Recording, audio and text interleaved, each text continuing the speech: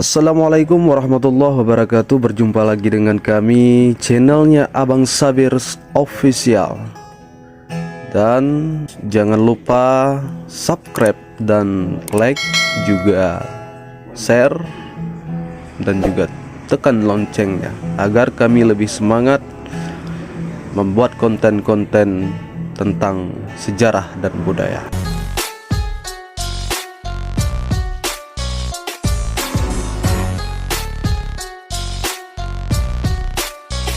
Baiklah, saya akan menjelaskan tentang di hari Megang dan tentang tradisi takbiran di hari raya Idul Fitri 1944 Hijriah.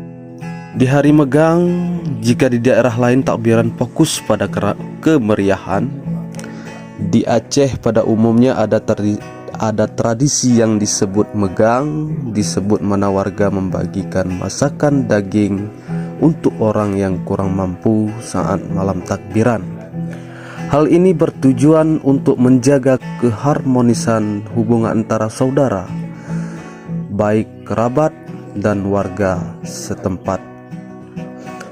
Terbayangkan betapa serunya tradisi takbiran di berbagai daerah.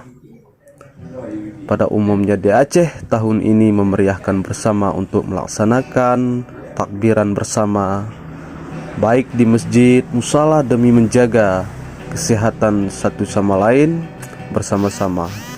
Selamat menyambut Hari Raya Idul Fitri 1444 Hijriah.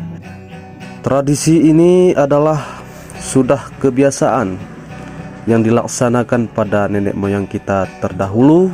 Ini adalah budaya yang dilaksanakan pada hari-hari kemenangan. Yang kita laksanakan ini adalah sebagai pandu, adalah resam yang dikerjakan oleh nenek moyang kita dahulu. Tradisi ini takbiran di Aceh adalah senjata. Ada basoka terbuat dari bambu, di mana warga menyalakan lampu minyak dengan jumlah ribuan di tanah Klut. Pada umumnya di Klut, hal ini unik dari tradisi ini adalah lampu minyak tersebut disusun sedemikian rupa sehingga membentuk sesuatu yang berhubungan dengan lembaran dan agama yang terkait agama Muslim, seperti kitab suci Al-Quran, ketupat, masjid, kaligrafi, dan sebagainya. Tradisi ini mulai dilaksanakan 3 hari sebelum Hari Raya Idul Fitri sejak abad ke-15. Di Aceh ada tradisi bernama Bambu Maryam.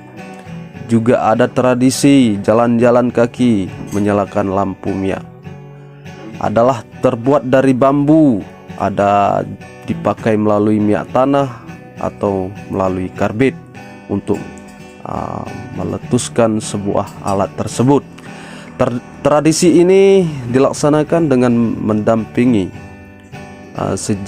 sejarak 2 meter dari alat tersebut hingga meledakkan suara yang sangat deras atau keras di setiap halaman rumah, lalu akan dibakar. Asal mula tradisi ini adalah menciptakan alat sebagai penanda malam takbiran telah tiba, yang melambangkan sukacita menyambut Hari Raya Idul Fitri.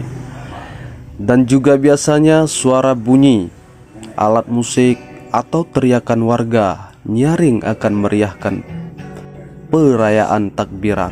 Sedangkan di Klut juga sedemikian tradisi yang sama sebagaimana tradisi yang dilaksanakan pada umumnya di Aceh.